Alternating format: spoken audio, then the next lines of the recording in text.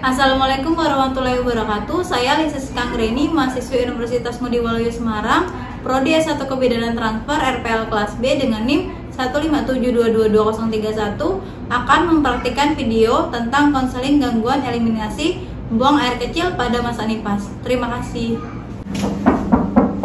Ya, silakan masuk. Waalaikumsalam, Bu. Duduk dulu ya, Bu. Iya.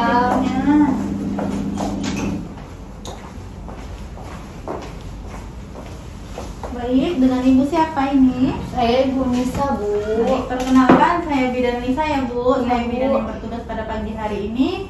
Gimana? Ada keluhan? Enggak, Bu, ini kan untuk darahnya udah nggak keluar. Ini kemarin lahiran tanggal berapa ya? Tanggal 27, Bu. 27, berarti 5 hari yang lalu ya. Iya, Darahnya udah nggak banyak. udah nggak banyak. Oke.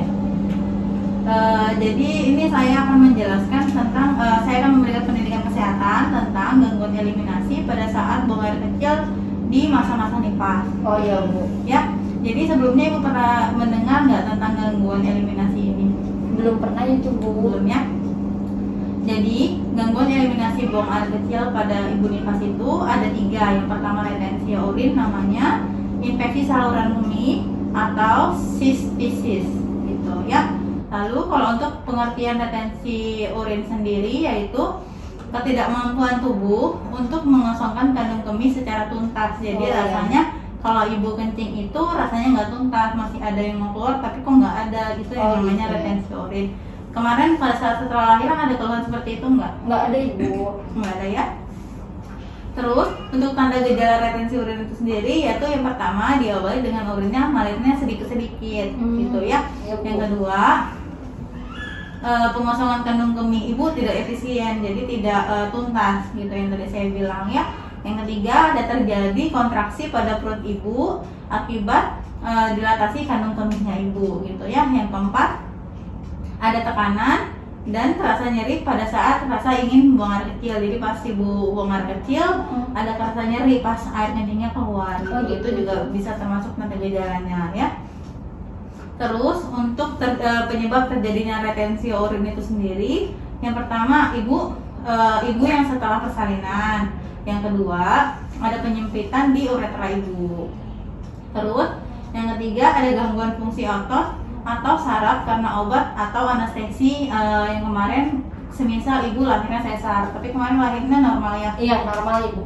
Gitu. Terus yang keempat juga bisa penyebabnya karena batu ginjal. Oh gitu ya, Bu. Ya. Terus yang kedua untuk infeksi saluran kemih yaitu infeksi bakteri yang mengenai bagian dari saluran kemih. Kalau untuk tanda gejalanya itu yang pertama ada nyeri saat buang air kecil.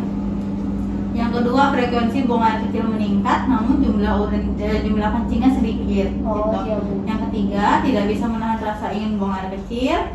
Yang keempat kandung kemih ibu terasa penuh tapi padahal sudah kencing kok rasanya masih penuh. Itu bisa terjadi, bisa kemungkinan infeksi saluran kencing gitu ya. Iya, Bu. Terus yang kelima juga bisa karena penyebabnya tanda gejalanya itu ada nyeri perut bagian bawah. Itu juga kerasa sakit di bagian perut bawah. Itu bisa kemungkinan tanda gejala dari infeksi saluran kemih gitu ya. Iya, Bu.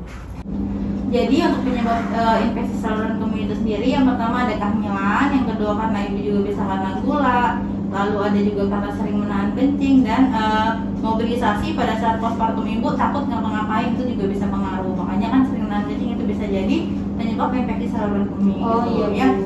Terus yang terakhir yang tadi ada sistitis atau kandung kemih ibu sudah meradang. Oh Gitu iya. ya. Kalau untuk tanda gejala yang ini yang lebih parah. Lebih parah ya, Bu, ya. Gitu ya. Yang pertama ada rasa sakit dan rasa terbakar pada saat buang air kecil. Oh iya, Bu. Yang kedua ada nyeri dan tekanan di bagian perut bagian bawah. Jadi perut ibu bagian bawah itu kerasa sakit kayak ada tertekan gitu ya. Terus yang ketiga kencingnya ibu warnanya keruh dan juga berbau. Berbaunya ya bau kencing yang warnanya pekat kuning itu loh. Oh iya, Bu. Terus yang keempat kencing ibu juga bisa berdarah, itu juga bisa tanda gejala, dan juga karena demam itu tanda gejala dari sistitis itu sendiri ya. Oh iya, Bu. Kalau untuk penyebabnya yang pertama adanya bakteri yang namanya bakteri itu Escherichia coli dalam saluran kemih. Oh itu ada bakterinya ya, Bu ya? Iya, nama bakterinya yang tadi Escherichia coli gitu ya. Lalu yang kedua, karena penyakit tertentu seperti batu ginjal, itu juga bisa penyebab. Yang ketiga, penggunaan bahan kimia, misalkan ibu pakai sabun sirih untuk membersihkan kewanitaan, itu juga bisa pengaruh karena kan untuk sabun sirih itu sendiri sudah tidak dianjurkan gitu ya Bu ya. Terus yang keempat yang tadi karena gula juga bisa, atau karena ibu sudah waktunya menopause gitu ya. Itu untuk penyebab sistitis itu sendiri. Jadi untuk gangguan eliminasi itu sendiri ada 3, retensi urin, infeksi saluran kemih, dan sistitis.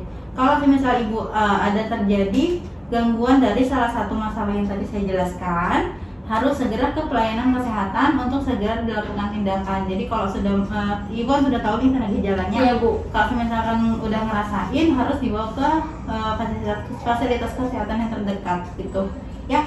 Iya Bu. Jadi untuk gangguan eliminasi ini sendiri, apakah ibu sudah jelas atau bisa mengulangi? Iya Bu, berarti ada 3 ya, retensi urin, terus ada ISK, sama sistitis. Ya, berarti kalau misalnya saya ada tanda-tanda yang ibu tadi jelasin, saya langsung ke rumah sakit ya Bu ya. Iya, saya. Iya Bu. Ya, oke. Ya, untuk sekarang ada keluhan lagi ibu? Nggak ada Ibu. Ya, apakah ada yang saya bisa bantu? Sudah jelas semua Ibu ya. Baik, kalau gitu cukup sampai sini untuk penjelasan dari saya. Terima kasih sebelumnya. Iya Bu. Hati-hati di jalan ya Bu. Iya Bu. Setelah melakukan konseling, kita lakukan pendokumentasian. Sekian video dari saya. Terima kasih. Assalamualaikum warahmatullahi wabarakatuh.